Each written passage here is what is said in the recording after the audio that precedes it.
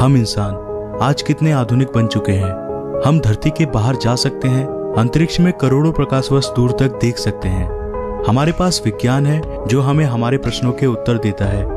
वैज्ञानिक डेटा के जरिए हमने हमारे अस्तित्व का भी काफी हद तक सही अनुमान लगाया है। पृथ्वी जो हमारा घर है, जहां हम मनुष्यों ने कई पीढ़ियां बिताई है, जिसने कई करोड़ सालों से जीवन को अपने अंदर आश्रय दिया है और आज भी देता आ रहा है। वैज्ञानिकों के अनुसार पृथ्वी पर जीवों की करीब 87 लाख प्रजातियां रहती है, जिसमें से केवल 15% प्रजातियों को ही हमने आज तक खोजा है। लेकिन आखिरकार ये सारे जानवर आए कहां से थे? आखिर धरती पर जीवन की शुरुआत कैसे हुई थी? इसे जानने के लिए हमें समय में पीछे जाना होगा, उस समय पर जब धरती अपनी शुरुआती अवस्था में थी। तो आइए चलते हैं आज से करीब 4.5 अरब साल पीछे। आज से करीब 4.5 अरब साल पहले चट्टान का एक बहुत ही विशाल सा गोला एक बेनाम तारे का चक्कर लगा रहा था। इसका सतह पिघले हुए लावा से बना था और इस पर जीवन का नामो निशान तक नहीं था। इस वक्त पृथ्वी पर लगातार आसमान से छोटे छोटे चट्टानों की बरसात हो रही थी। काफी लंबे समय तक यह प्रक्रिया चलती रही। इसके बाद चट्टान के इस विशाल से गोले ने एक ग्रह का रूप ले लिया। साथ ही इस ग्रह का अपना चांद भी बना। ये वही ग्रह है जहां आज हम सब रहते हैं। इस वक्त पर पृथ्वी का तापमान बहुत ही अधिक था। काफी लंबे समय बाद हमारे ग्रह का तापमान थोड़ा सा ठंडा हुआ और इस पर एक ठोस सतह का निर्माण हुआ। करीब 3.9 अरब साल पहले इसने फिर से आग के गोलों की बारिश का सामना किया, जिसे हम कहते हैं द लेट हैवी बम्बार्डमेंट। और इस वक्त धरती पर केवल छोटे चट्टान ही नहीं, बल्कि इसके साथ साथ उल्कापिंडों की भी बारिश हो रही थी। प्रतिदिन कई हजारों की संख्या में उल्कापिंड धरती पर बरस रहे थे। ये उल्कापिंड अपने साथ कुछ बहुत ही खास लेकर आए थे। इनके अंदर जमी हुई बर्फ के क्रिस्टल्स थी, जिसने हमारी धरती पर समुद्रों का निर्माण किया और साथ ही धरती के वातावरण में नाइट्रोजन गैस भी लेकर आया। पर धरती अभी बेजान था। यहाँ जीवन के लिए परिस्थितियां अभी भी उपयुक्त नहीं बनी थी। धरती का एटमॉस्फेयर अभी पूरी तरह से जहरीले गैसों से भरा हुआ था। यहाँ वायुमंडल में ऑक्सीजन था ही नहीं और धरती भी चारों तरफ से समुद्र से घिरा हुआ था। पर अब यहाँ परिस्थितियां बदलने वाली थी। करीब 3.8 अरब साल पहले हमारी धरती में एक बार फिर से उल्कापिंडों की बारिश शुरू हुई। पर अब की बार ये पिंड अपने साथ केवल पानी ही नहीं लाए थे, बल्कि ये कुछ बेहद अनमोल चीज लेकर आए थे, जो धरती को जीवन देने वाला था। ये पिंड अपने साथ खनिज यानी मिनरल्स लेकर आए थे।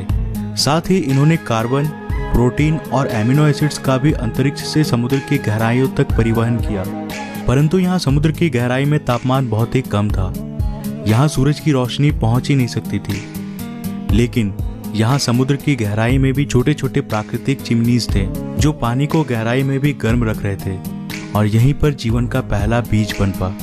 हम ये नहीं जानते हैं कि ऐसा कैसे हुआ था, लेकिन किसी प्रकार से यहीं पर उन सारे मिनरल्स और केमिकल्स ने आपस में अभिक्रिया करके जीवन का बीज बोया और यहाँ जन्म हुआ पहले एक कोशिकीय जीवों का। ये एक प्रकार के बैक्टीरिया थे। ये बैक्टीरिया समुद्र में बहुत ही तेजी से बढ़ने लगे। अब ये पानी पूरी तरह से इन सूक्ष्म एक कोशिकीय जीवों से भर गया था। कई करोड़ साल बाद, यानी आज से करीब 3.5 अरब साल पहले, समुद्र के अंदर इन बैक्टीरियाओं की संख्या इतनी बढ़ गई थी कि ये आपस में जुड़कर इस प्रकार के पत्थरों जैसी संरचनाओं में बदल गए थे, जिसे कहा जाता है स्ट्रोमेटालाइट्स। ये एक एक चट्टान अपने आप में बैक्टीरियाओं की एक पूरी बस्ती थी। ये बैक्टीरिया सूरज की रोशनी को भोजन में बदलते थे और इस प्रक्रिया को हम बेहतर रूप से जानते हैं प्रकाश संश्लेषण के नाम से। इसी प्रक्रिया में ये एक उत्पाद, एक बाय प्रोडक्ट को निकालते थे, एक गैस, ऑक्सीजन। इन सूक्ष्म जीवों ने धरती पर एक सबसे अनमोल चीज का निर्माण किया, जो धरती में जीवन को पनपने के लिए सबसे ज्यादा महत्वपूर्ण था। और वास्तव में इसके बिना धरती पर कोई जीव जीवित नहीं रह पाता। करीब 2 अरब सालों तक पृथ्वी के वायुमंडल में ऑक्सीजन की मात्रा लगातार बढ़ती रही। आज से करीब 1.5 अरब साल पहले धरती में अब भी किसी प्रकार का कॉम्प्लेक्स लाइफ विकसित नहीं हुआ था और ना ही धरती पर इतने बड़े बड़े महाद्वीप थे। धरती पर केवल छोटे छोटे द्वीप थे जो चारों तरफ से पानी से घिरे थे। मगर अब धरती के क्रस्ट में हलचल होने लगी। इससे धरती की सतह कई सारे टेक्टोनिक प्लेट्स में टूट गई। फिर इन प्लेट्स में मूवमेंट के कारण ये सारे छोटे छोटे द्वीप आपस में जुड़ गए और एक सुपर कॉन्टिनेंट का निर्माण किया, जिसका नाम था रोडिनिया। इस वक्त धरती का तापमान 30 डिग्री सेल्सियस था और धरती का एक दिन 18 घंटों का था। मगर अब समय के साथ यहाँ परिस्थितियाँ बदलने वाली थी। आज से करीब 75 करोड़ साल पहले धरती की रूपरेखा बदल रही थी। धरती का सुपर कॉन्टिनेंट अब 2 भागों में टूट गया और धरती के नीचे का लावा ज्वालामुखी विस्फोट के साथ धरती की सतह पर निकलने लगा। इन विस्फोट के कारण धरती में कार्बन डाइऑक्साइड की मात्रा काफी बढ़ गई। अब धरती का आसमान इन कार्बन डाइऑक्साइड के घने बादलों से घिर चुका था। इन बादलों से लगातार अम्लीय वर्षा यानी एसिड रेन्स होने लगे। इससे धरती के वातावरण का अधिकतर कार्बन डाइऑक्साइड धरती के चट्टानों पर कार्बन के मोटे मोटे परत के रूप में जमने लगे, जो इस बारिश के पानी के साथ बरस रहे थे। इससे वायुमंडल में कार्बन डाइऑक्साइड की मात्रा में भारी कमी हो गई और अब धरती का वायुमंडल सूरज की गर्मी को रोकने के काबिल नहीं रह सका।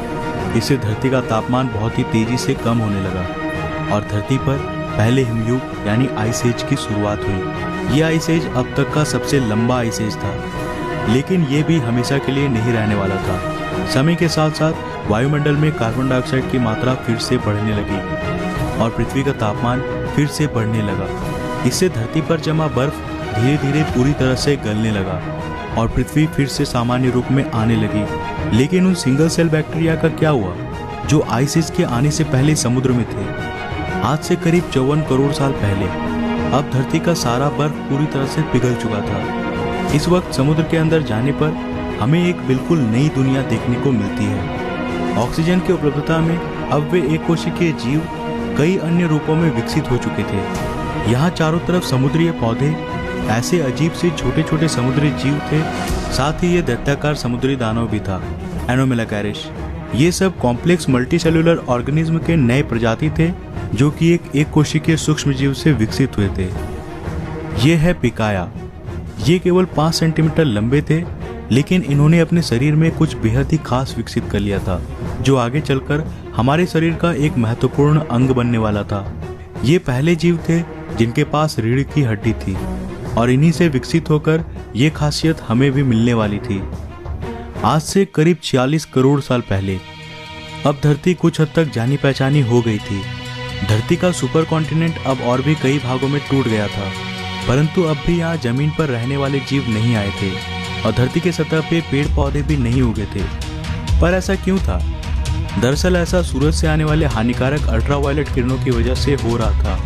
पर अब धरती के वायुमंडल में एक नए परत का निर्माण हो रहा था, जिसे आज हम कहते हैं ओजोन लेयर। वायुमंडल के ऑक्सीजन सूरज की अल्ट्रावायलेट किरणों को सोखकर ओजोन गैस में बदलने लगे थे। इसने धरती के चारों ओर एक चादर का निर्माण किया, जो हमें सूरज की अल्ट्रावायलेट रेडिएशन से आज भी बचाता है। इसके कारण अब धरती की सतह पर नन्हे शैवाल फल फूल सके और ये ही धरती के पहले लैंड प्लांट्स बने। समुद्र में रहने वाली ये मछली टिकटैली, जिसने पहली बार समुद्र से बाहर आने का निर्णय लिया, इसने अपने फिन्स का इस्तेमाल पैरों के रूप में किया और समय के साथ ये जमीन पर ज़्यादा देर तक रहने लगा, जिससे इसके अंग काफ़ी विकसित हो गए। करीब 1.5 करोड़ साल के विकास क्रम के बाद ये जानवर अब पूरी तरह से जमीन में रहने लायक बन चुके थे और इन्हें कहा जाता था टेट्रापोड्स।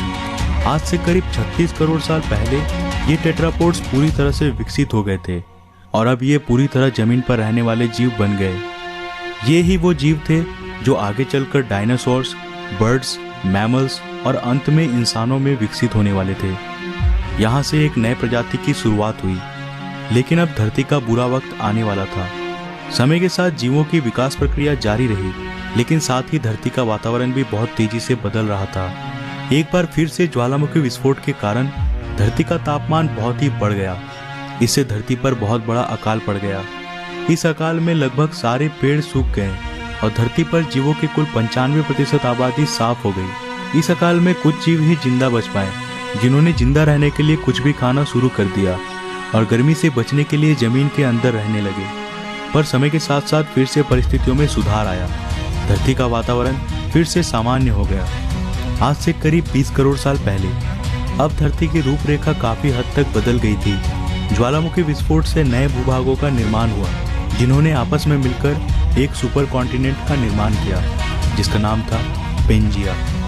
अब धरती अंतरिक्ष से काफी हद तक आज की जैसी दिखाई देती थी। इतने बड़े अकाल के गुजरने के बाद धरती वापस से सामान्य हो गई। सतह पर फिर से नए पेड़ पौधे उगने लगे और धरती पर जो 5% जीव बच पाए थे वे अब विकसित हो चुके थे और एक बिल्कुल नए प्रजाति का जन्म हुआ था जो आने वाले समय में धरती पर अपना शासन चलाने वाला था। वे थे डायनासोर्स।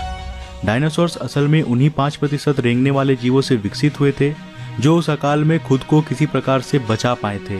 डायनासोर्स के भी कई प्रजातियां थी, कुछ शाकाहारी थे तो कुछ मांसाहारी। कुछ डायनासोर्स बहुत ही शांत स्वभाव के थे तो कुछ बहुत ही हिंसक। डायनासोर्स ने भी काफी लंबे समय तक धरती पर राज किया। करीब 11 करोड़ साल तक ये धरती पर फल फूल रहे थे। पर इसके बाद क्या हुआ?